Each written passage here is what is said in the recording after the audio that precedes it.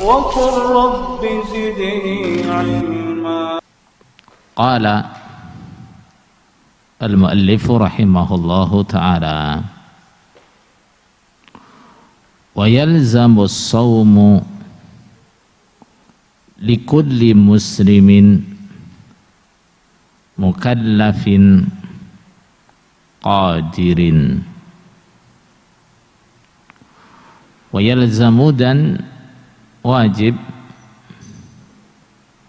as-sawmu puasa likulli muslimin bagi setiap muslim mukallafin yang mukallaf qadirin yang mampu. Nah, di sini muallif menyebutkan 3 syarat wajibnya puasa. Siapa yang wajib mengerjakan puasa itu adalah orang-orang yang memenuhi syarat-syarat ini. Syarat pertama adalah muslim. Kebalikannya adalah kafir. Berarti kalau orang kafir wajib puasa Ramadan atau tidak? Tidak. Orang kafir tidak wajib mengerjakan puasa Ramadan, dan kalaupun dia puasa tidak diterima. Berdasarkan dalil, wa ma mana'ahum an tuqabala minhum nafaqatuhum illa annahum kafaru billahi wa rasulih wa la ya'tuna as-salata illa wa hum kusala wa la yunfiquna illa wa hum karihun. Orang-orang munafik, kenapa infak mereka tidak diterima oleh Allah? Allah tidak menerima infak mereka, sebabnya adalah karena mereka kafir, walaupun kelihatannya mereka muslim, walaupun mereka menampakkan iman di hadapan orang-orang Islam, tapi sejatinya, hakikatnya mereka adalah orang-orang kafir. Annahum kafaru billahi wa rasulih, mereka kafir, mengkufuri Allah, Rasul. Nah, bila infak saja dari mereka tidak diterima, terlebih-lebih ibadah sebesar ibadah puasa. Nah, artinya orang kafir tidak diwajibkan puasa Ramadan. Artinya adalah apa? Kita tidak perintah kepada mereka untuk puasa Ramadan, karena itu percuma. Yang kita perintahkan kepada mereka apa? Supaya Islam. Karena itu adalah dasar semua amalan. Kalau tidak didasari dengan Islam, tidak didasari dengan iman, percuma. Maka yang kita perintahkan kepada mereka adalah Islam. Kalau dia sudah muslim, baru waktunya puasa, kita perintahkan dia puasa. Begitu juga ketika dia masuk Islam, kita tidak perintah kepada mereka untuk membayar puasa-puasa Ramadan yang mereka tinggalkan selama belum masuk Islam. Tentu, ini artinya orang Islam, orang kafir tidak wajib puasa Ramadan. Artinya kita tidak perintah mereka untuk puasa Ramadan, dan bila mereka masuk Islam tidak kita perintahkan mereka untuk membayar puasa-puasa Ramadan yang telah lewat. Masalah apakah Allah akan menghukum atau menyiksa mereka karena tidak puasa Ramadan, itu masalah yang lain. Ya. Kita tidak mewajibkan mereka untuk puasa Ramadan bukan berarti Allah tidak akan menghukum mereka karena mereka tidak puasa Ramadan. Nah, karena apa? semua kewajiban-kewajiban yang mereka tinggalkan, keharaman-keharaman yang mereka kerjakan, semua ada hukumannya. Hanya saja itu tidak dirinci, semuanya tidak dirinci karena apa? Karena ada dosa yang lebih besar yang mereka kerjakan, yang merusak semua kebaikan seandainya mereka mengerjakan kebaikan itu. Apa itu? Kekufuran. Nah, yaitu kekufuran. Dalam satu ayat dikatakan fi jannati yatasaalun. Orang-orang Islam, orang-orang iman di surga mereka saling bertanya. Anil mujrimin, tentang orang-orang yang mujrim. Siapa mereka yang mujrim itu? Orang-orang kafir. Ma salakakum fi saqar? Apa yang menjadikan kalian masuk saqar? Saqar itu salah satu namanya neraka. Qalu lam nakum minal musallin. Mereka mengatakan karena kami tidak pernah salat. Berarti mereka dihukum karena tidak pernah salat. Walam nakunu ta'imul miskin. Dan kami tidak pernah memberi makan orang-orang miskin. Wa kunna nakhudhu ma'al khaidin. Dan kami sering berbicara menghina, mengejek kepada Rasul, kepada Islam, seperti orang-orang yang senang menghina dan mengejek Islam. Di situ mereka menyebutkan mereka disiksa karena tidak sholat, mereka disiksa karena tidak infak. Menunjukkan bahwa dosa-dosa selain yang pokok yaitu kekufuran, mereka juga dihukum karena dosa-dosa itu. Nah, jadi ucapan kita bahwa orang kafir tidak wajib puasa Ramadan, artinya bukan kok mereka enggak puasa Ramadan itu enggak dosa, bukan. Artinya adalah kalau kita ketemu orang kafir, kita tidak perintahkan mereka untuk puasa, tapi kita dakwahi mereka untuk masuk Islam. Begitu mereka masuk Islam, kita tidak tuntut mereka untuk membayar puasa-puasa yang mereka tinggalkan selama belum Islam. Nah, apa dalilnya mereka tidak kita tuntut untuk membayar, mengqadha kewajiban-kewajiban yang mereka tinggalkan selama belum Islam? Adalah sabda Rasulullah SAW, al-Islamu yajubbu ma qabalah. Islam itu menghapus, memotong semua yang terjadi sebelum Islam. Nah, termasuk kewajiban-kewajiban yang ditinggalkan selama sebelum masuk Islam, semuanya gugur setelah dia masuk Islam. Tidak dituntut ketika dia masuk Islam, kecuali hal-hal yang berkaitan dengan hak-haknya anak Adam, seperti hutang. Walaupun hutang itu terjadinya sebelum Islam, setelah dia masuk Islam, dituntut apa enggak hutangnya itu? Hutangnya tetap dituntut. Betul? Syarat yang pertama adalah apa? Islam. Syarat yang kedua apa? Mukallafin. Nah, ketika ulama menyebut kalimat mukallaf, maka yang mereka maksud itu adalah apa? Orang yang memenuhi dua syarat. Berarti kalimat mukallaf itu sama dengan dua syarat sebenarnya. Apa itu? Bulugh dan akal.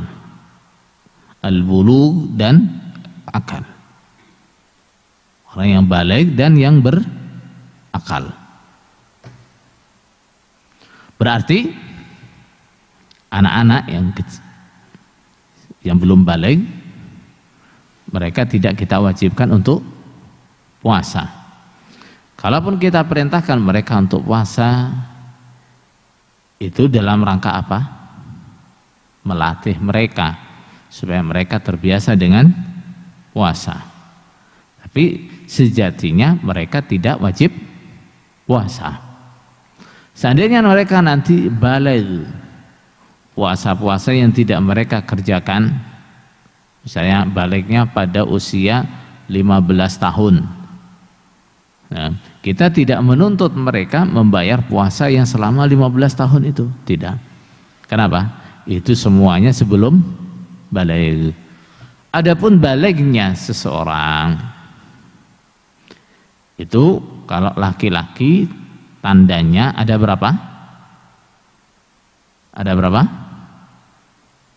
Ada 3. Yang pertama apa?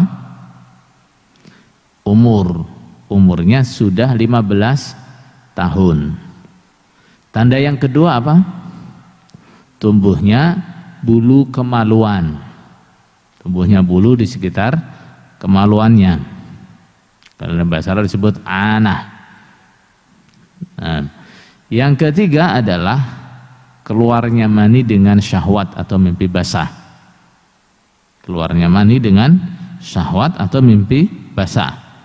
Kalau keluarnya mani itu bukan karena syahwat, misalnya karena pengobatan dokter, misalnya dia dibikin supaya maninya keluar atau maninya diambil, maka itu bukan termasuk tanda baligh. Itu bukan termasuk tanda baligh. Baik. Umur 15 tahun atau walaupun belum 15 tahun, sudah keluar bulu-bulu kemaluannya, atau dia sudah pernah mengeluarkan mani dengan syahwat atau sudah pernah mimpi basah. Baik. Apa dalilnya?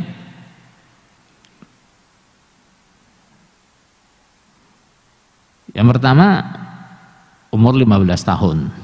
Salah satu dalilnya adalah ketika Ibnu Umar radhiyallahu anhuma menawarkan diri, mendaftarkan diri untuk ikut perang Uhud, oleh Rasulullah SAW ditolak. Dikatakan kamu masih kecil.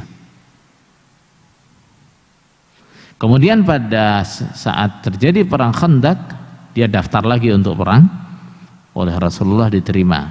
Tidak dikatakan kamu masih kecil. Nah, saat terjadi perang Khandaq itu umur Ibnu Umar adalah 15 tahun. Dari sini ulama menyimpulkan bahwa umur 15 tahun itu adalah umur baligh. Adapun tumbuhnya bulu kemaluan adalah yang dilakukan oleh Rasulullah SAW ketika menghukum mati orang-orang Yahudi Bani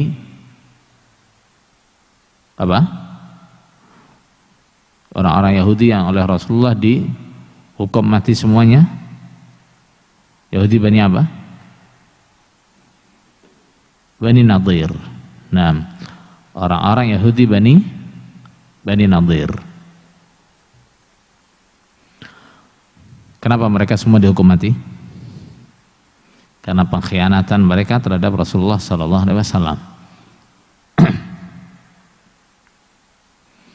Waktu itu apa yang dilakukan oleh Rasulullah? Laki-laki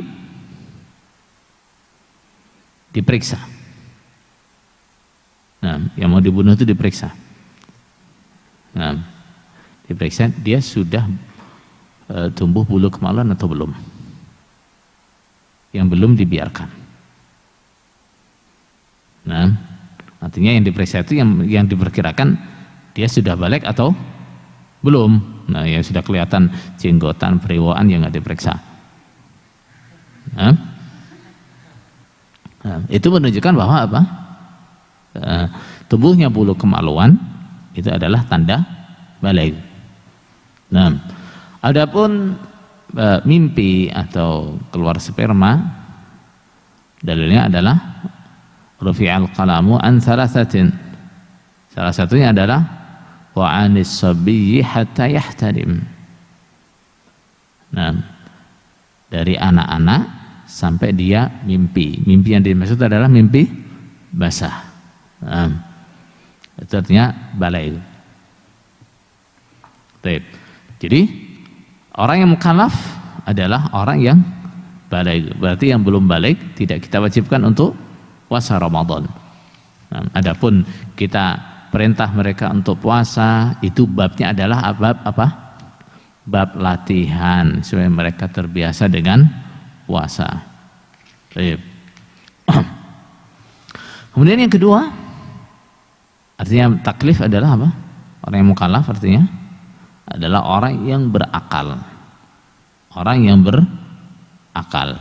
Berarti orang yang gila tidak wajib puasa. Kenapa? Akalnya sudah nggak ada.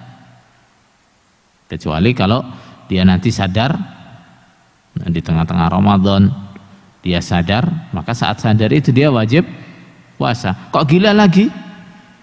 Kok kambuh lagi gilanya? Ya nggak wajib lagi.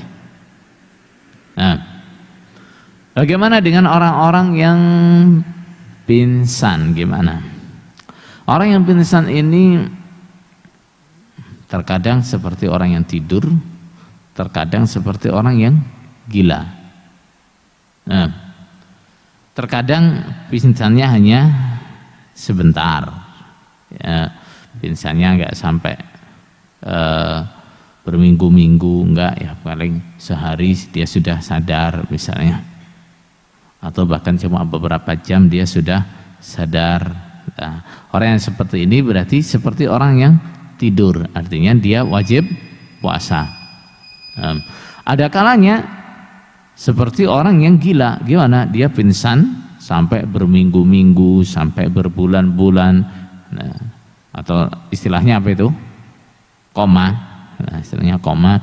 Nah, itu berarti seperti orang yang gila. Nah, berarti tidak diwajibkan untuk puasa. Baik. Jadi orang yang pingsan, nah, itu dilihat kondisinya. Kalau dia pingsannya cuma sebentar, ya berarti kita wajibkan dia untuk membayar puasanya. Tapi kalau pingsannya lama, nah, sampai berbulan-bulan, berarti itu seperti orang yang gila. Baik. Adapun orang yang sengaja menghilangkan akalnya dengan mengkonsumsi yang memabukkan seperti arak, ekstasi, narkoba, ya, maka ketika dia puasa dalam keadaan mabuk, puasanya tidak sah, tapi kita tuntut dia untuk membayar puasanya. Kenapa? Karena akal dia hilang karena perbuatan dia yang diharamkan oleh syariat. Betul? Syarat yang kedua adalah berakal, akal. Syarat yang ketiga adalah al-qudrah. Al-qudrah, kemampuan. Qadirin, orang yang mampu. Berarti disyaratkan apa? Al-qudrah, kemampuan. Nah, yang diwajibkan puasa adalah orang-orang yang mampu. Yang tidak mampu tidak diwajibkan puasa. Nah, apa dalilnya yang tidak mampu tidak wajib puasa? La yukallifullahu nafsan illa wus'aha. Semua kewajiban ketika orang itu tidak mampu, nah, itu gugur. Nah, la wujuba ma'al ajiz. Tidak ada yang wajib ketika seseorang itu sudah tidak mampu. Nah, adapun orang yang tidak mampu itu ada dua macam. Ada yang tidak mampunya terus menerus, seperti tidak mampunya karena sakit yang tidak diharapkan sembuhnya, kemungkinan kecil untuk sembuh. Misalnya orang-orang yang terkena kanker yang sudah stadium 4 misalnya, apalagi kankernya di otak misalnya, itu harapan sembuhnya kecil. Orang yang sakit gagal ginjal misalnya, itu kemungkinan sembuhnya kecil. Atau karena tua. Tua ada obatnya nggak tua? Nggak ada obatnya tua, itu nggak ada. Nah, makanya orang yang sudah tua, orang yang sudah tua gimana? Nah, orang yang sudah tua ngomong, laita syababu ya'udu adau yauman fa ukhbiruhu bima fa'alal masyibu, katanya. Nah, aku berhayal, berangan-angan andai masa muda itu bisa kembali walau sehari saja, katanya. Laita, laita itu harapan yang tidak mungkin, dalam bahasa Arab tuh. Nah, harapan yang tidak mungkin. Nah, ukhbiruhu bima fa'alal masyibu, katanya. Akan ceritakan apa yang dilakukan oleh masa tua. Nah, orang kalau sudah tua itu apa-apa udah nggak bisa. Nah, baik. Orang yang sudah tua tidak mampu puasa karena tua. Nah, itu juga berarti apa? Udzur atau ketidakmampuan yang terus menerus. Nah, orang yang tidak mampunya terus menerus, maka dia tidak diwajibkan puasa, tapi diwajibkan untuk membayar fidyah. Apa fidyahnya? Fidyahnya adalah memberi makan orang miskin. Nah, setiap hari memberi makan satu orang miskin. Adapun bagaimana memberi makannya? Memberi makannya bisa diberi bahan makan. Misalnya belikan beras 1 kilo, terus untuk lauk pauknya misalnya belikan ayam 1 kilo, kasihkan beras dan ayam dalam keadaan mentah. Atau dimasakkan, dibikinkan makanan, terus diundang atau diantarkan makanan matang ke rumahnya,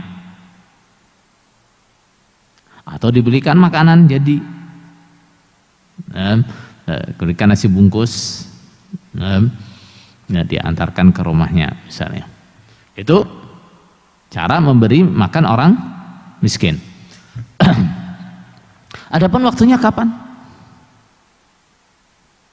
Boleh enggak sebelum Ramadan? Jawabnya tidak boleh. Ya, jawabnya tidak boleh. Kalau sebelum Ramadan, misalnya Ramadan kurang sehari 2 hari, saya dikumpulkan tetangganya, diundang orang-orang miskin ke rumahnya, dikasih makan, mencukupi enggak itu? Enggak mencukupi. Kenapa? Karena dilakukan sebelum Ramadan. Karena memberi makan itu gantinya puasa Ramadan. Lah sekarang puasanya belum. Nah, masanya puasa belum. Kalau diakhirkan, misalnya di akhir Ramadan, misalnya dikumpulkan di akhir Ramadan semuanya, misalnya, boleh enggak? Boleh, mencukupi. Nah, tapi sekarang pertanyaan lagi, kalau makanan itu misalnya diberikan sekali kepada satu orang miskin, boleh enggak? Enggak boleh. Nah, tidak boleh. Kenapa? Ayatnya dalam salah satu qiraah sab'ah, lafadznya fidyatun ta'amu masakin.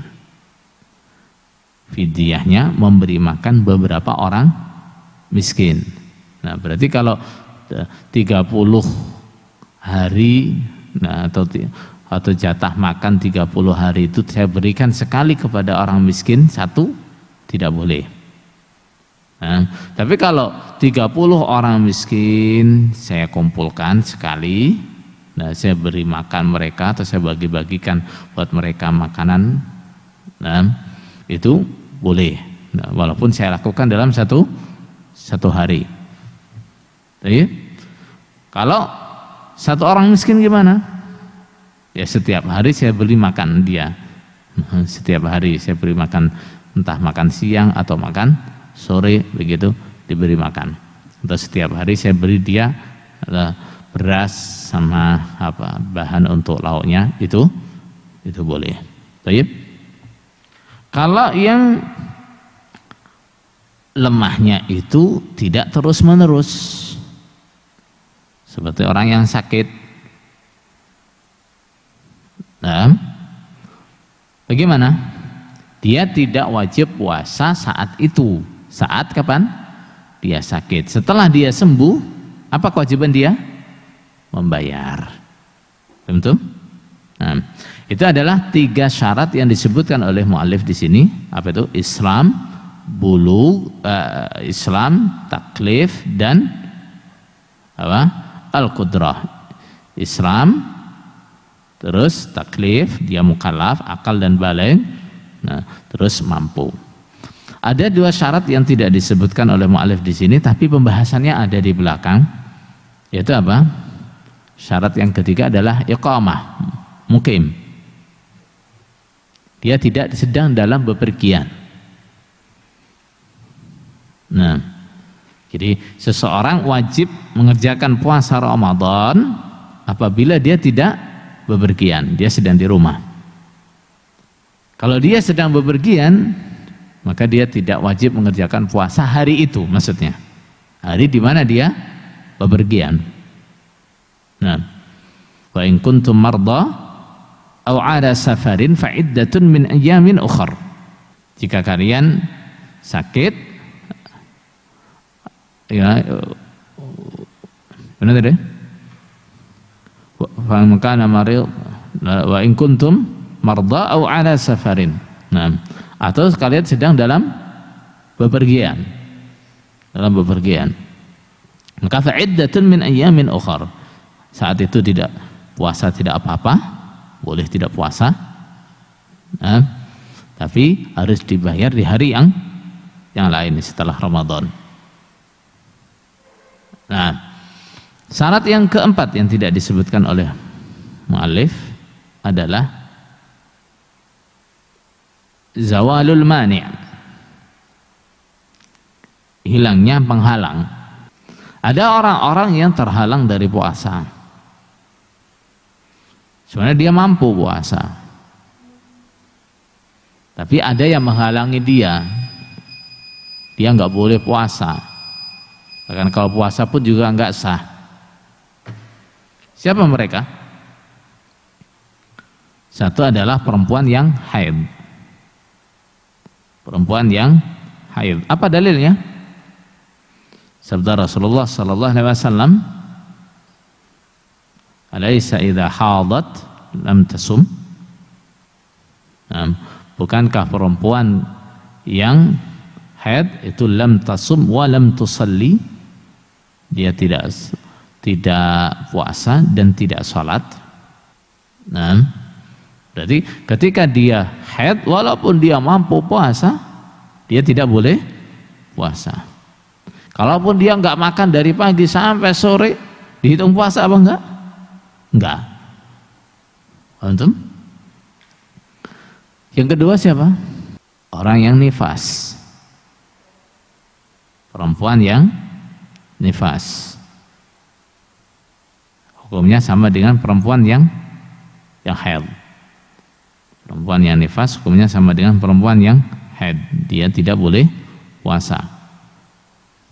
Ini adalah syarat-syarat wajibnya puasa Ramadan. Apa itu?